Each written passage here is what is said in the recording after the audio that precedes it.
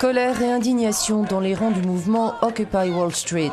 Plus de 700 de ces militants ont été arrêtés samedi soir à New York pour avoir bloqué la circulation sur le pont de Brooklyn et avoir manifesté sans autorisation. La plupart ont été relâchés après avoir reçu une citation à comparaître.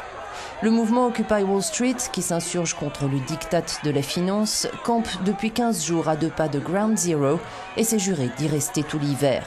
Les tensions avec la police sont apparues il y a une semaine après l'arrestation de 80 militants qui a donné lieu vendredi à une manifestation de protestation. Le mouvement dénonce une violence gratuite.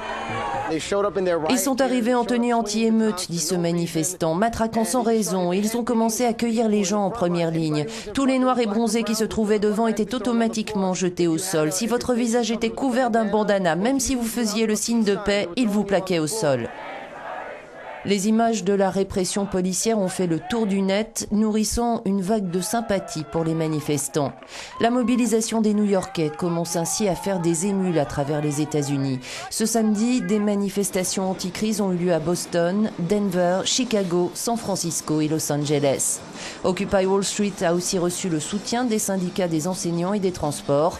Il faut dire que ces combats sont fédérateurs en ces temps difficiles. Ils s'érigent en effet contre les saisies immobilières, le chômage et le renflouement des banques.